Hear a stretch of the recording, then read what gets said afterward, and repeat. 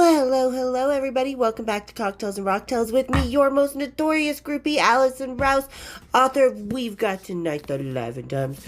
You guys know where you can find that all my other books, these ones right here, my merchandise, everything, you guys, down in that description. So go down, Charlie Brown. You know how I love to fiddle about.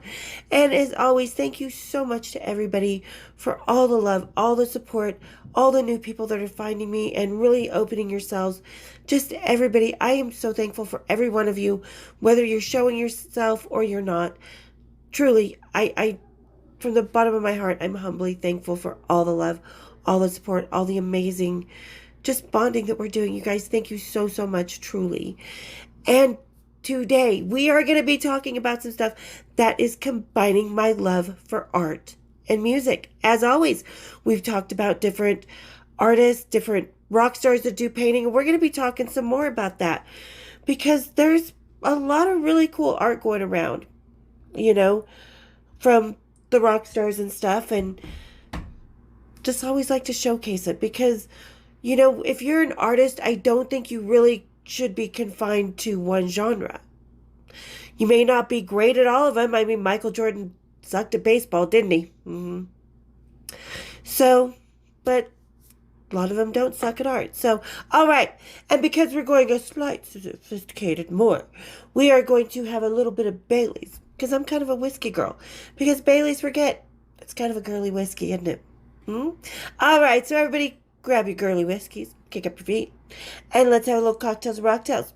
Cheers, big ears.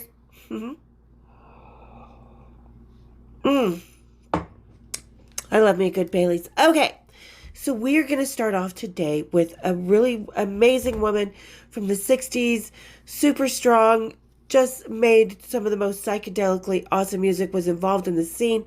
Of course, she's going to be a great artist. We're talking Grace Slick.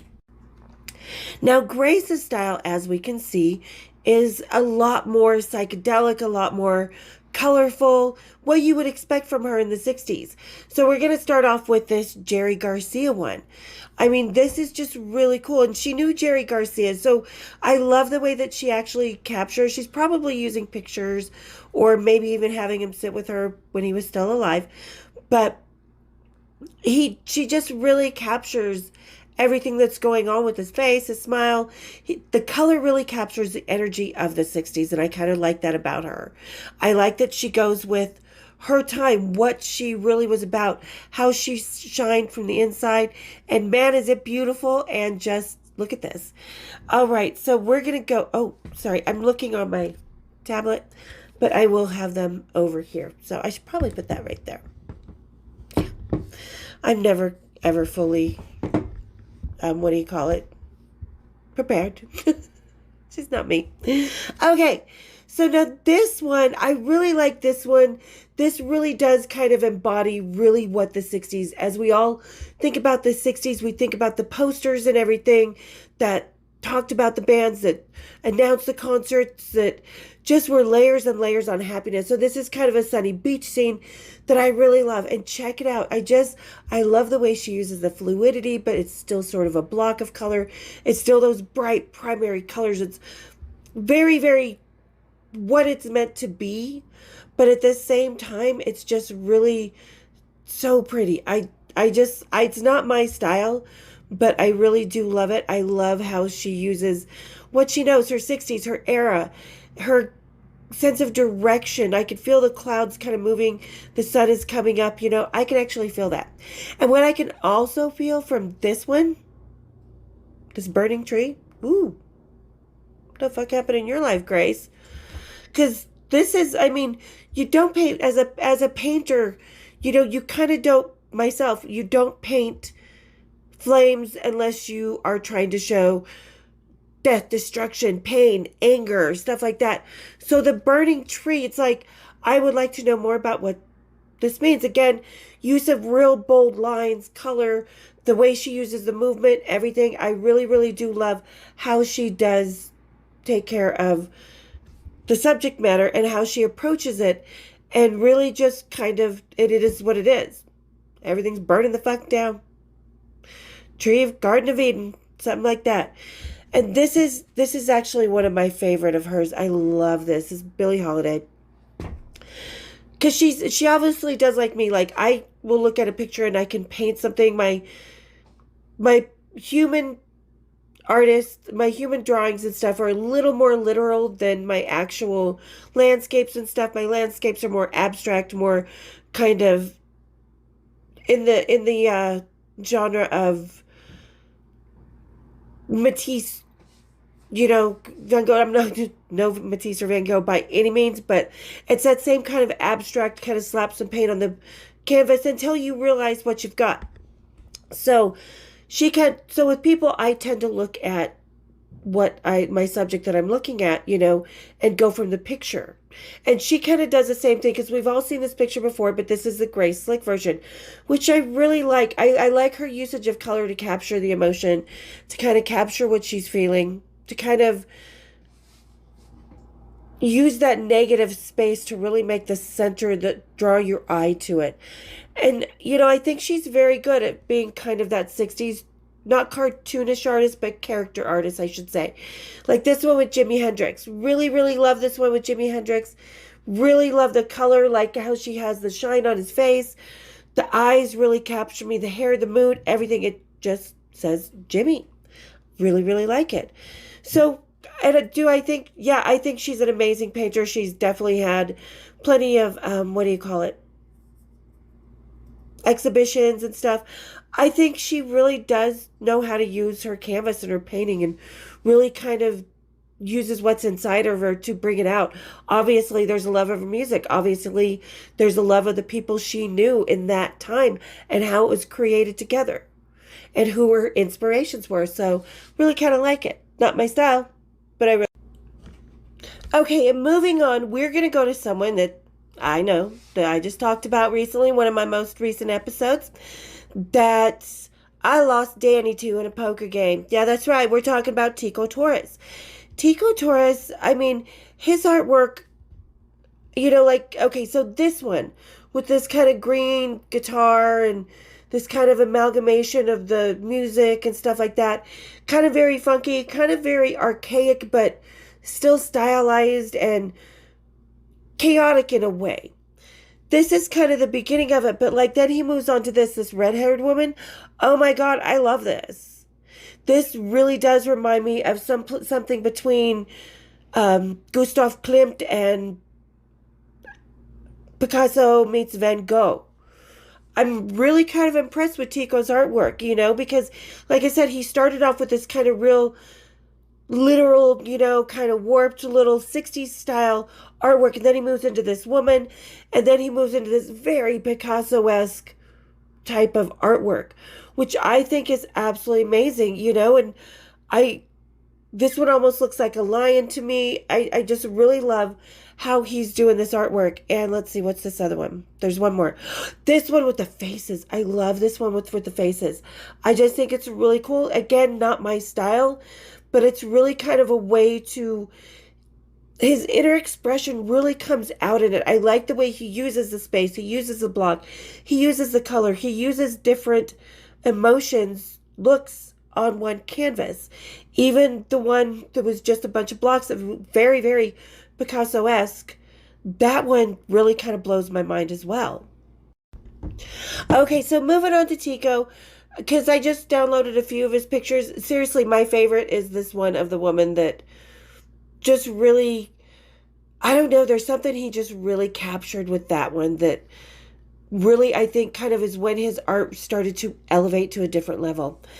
And speaking of, now I'm going to do this one. This is kind of what you would expect, a lot of people would expect from a rock star doing artwork. I'm going to do Rick Allen's.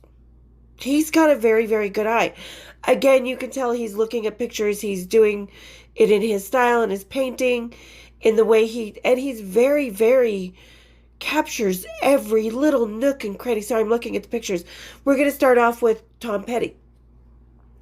Just the way he captures these little nooks and crannies, the way he gets the emotion of the picture down, and it is very literal, and it is very kind of, this is what the picture was, But I like his use of color. I like his use of balance, like this one of Janis Joplin. Absolutely love this one. I always love that original picture, but her smile for me in this, I think that's kind of in the way he got that little tint off her sunglasses. That is not easy to do. So well done to you, Rick, because that's hard. And I love this one of Charlie Watts. Charlie was just this mild kickback energy. You know, he's just Charlie Watts. I'm in the Rolling Stones. I'm cool. What the fuck ever. You know, forget that his drum set was priceless, but I just like how he captured the energy here with this Charlie Watts painting. I think it's amazing. You know, so here's another one. Artists, like I said, when it comes to rock stars, like you have Paul Stanley, very, very expected in what he does. Very much the kind of Andy Warhol color block, not the screen printing or the silk screen or whatever that Andy did, but still that same color block, very indicative, different members of Kiss, different bands, different stuff, pretty much like Rick Allen is doing and Grace Slick has done. For me, so far, I think Tico is kind of the wild card here. Oh, as usual, knocking shit over. But Tico is really the wild card so far. Just blown away by Tico stuff. Okay, who else do I have here? Okay, I've done this before, and I'm gonna do a couple different ones. Obviously, one of the biggest rock artists that I knew actually his very last piece was a collaboration between he and I. John Entwistle. We were drawing on a notepad. I was drawing a bird. He would add to it. I would go back and add to the buzzard that he drew, so on, so on. So his very last piece of artwork was a collaboration with me, so to speak. On a hotel room, you know, pad of paper. But this is one of my favorites. I really like this one of Elton John. You know, people forget that Elton John was we all know they're friends, but, excuse me, the Baileys, the whiskey girl. So, but Elton John acted in Pinball Wizard and stuff. They go way, way, way back. And to see this, I mean, this is something, and John really, he's like me. I hated doing hands. And he struggled at doing hands too. So I like that he did get the fist and how he got the finger and everything down. And that was the one thing he hated the most.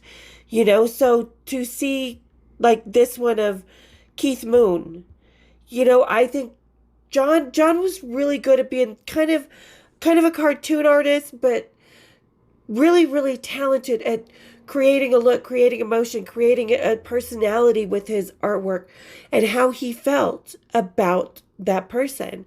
And, you know, keep in mind, John was roommates with Keith Moon for most of the Who's touring before he sadly passed, before Keith passed, obviously. So he saw a lot of different Keith Moon. He also saw a lot of Pamela's. He only saw Cammie Lespar under him once because they were sharing rooms. She was sleeping with Keith Moon. John was watching.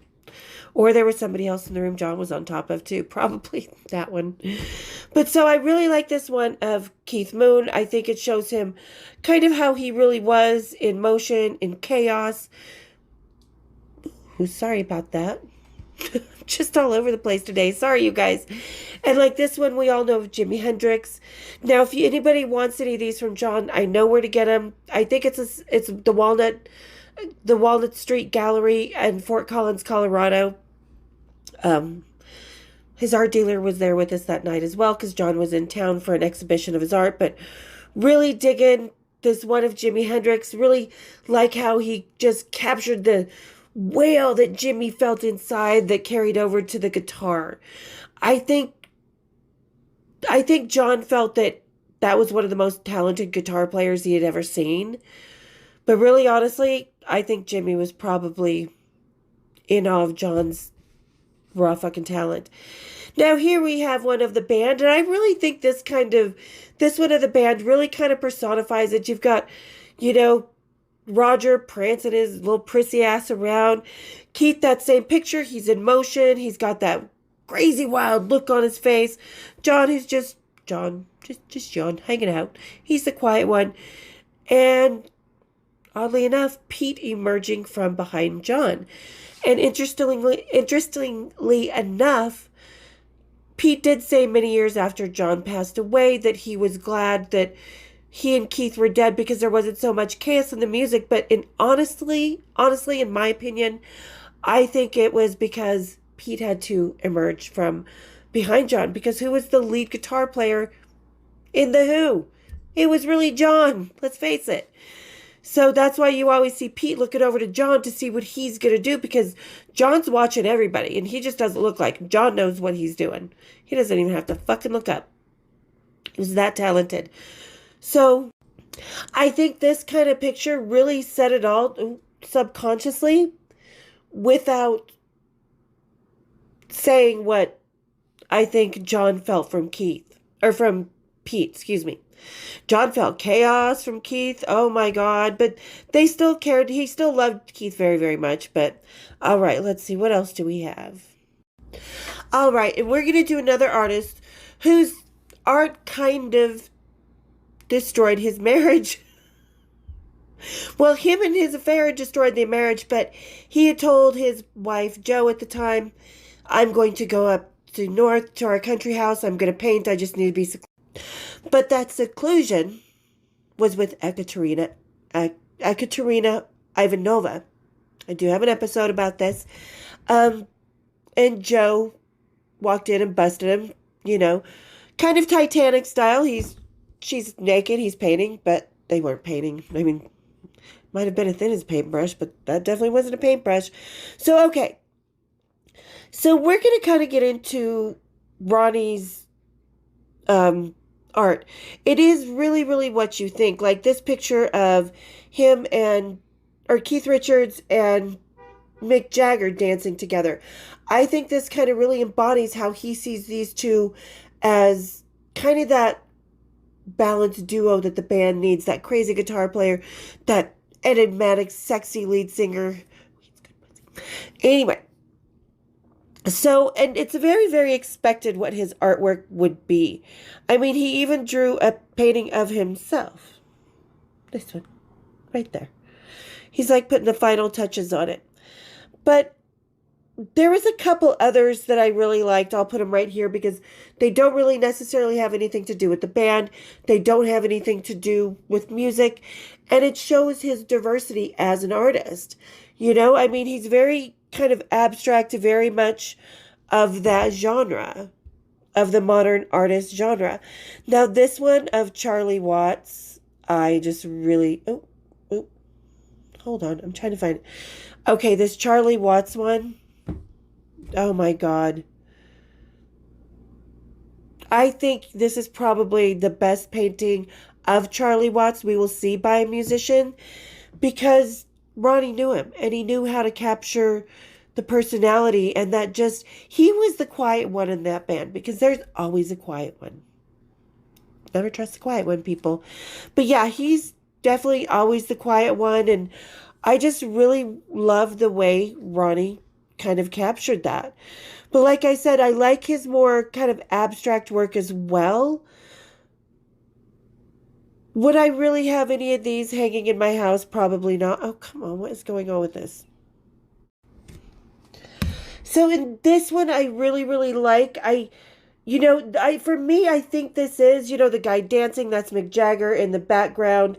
This is another stage show. He's off to the left, kind of looking like a little wolf. I like the layers of paint that he uses, with the drooping guitar that's coming out of the tree. There's just so much to this painting. And again, this is very Picasso-esque, Goya, just a very cool expression. Even though he's painted the band on stage a million times, Ronnie Wood really found the kind of chaos in this picture. And if you look back here in that very middle, you see Charlie Watts just calmly sitting on his drums in the back. So I think there's some pretty interesting artists out there, you guys. Like I said, you know how much I love music. I love art. I'm just so turned on by it all. So just thank you so, so much for, getting through today's episode. Oh, yeah, that is today's episode. God, I need a vacation. I need to go sit on a beach and drink some more margaritas. Because you know I will. But okay, that's not till the end of June. I always take off during that time because, well, I fucking hate that time of year because that's when John passed away. So, okay, anyway, thank you so much to you guys for getting to the end of the episode.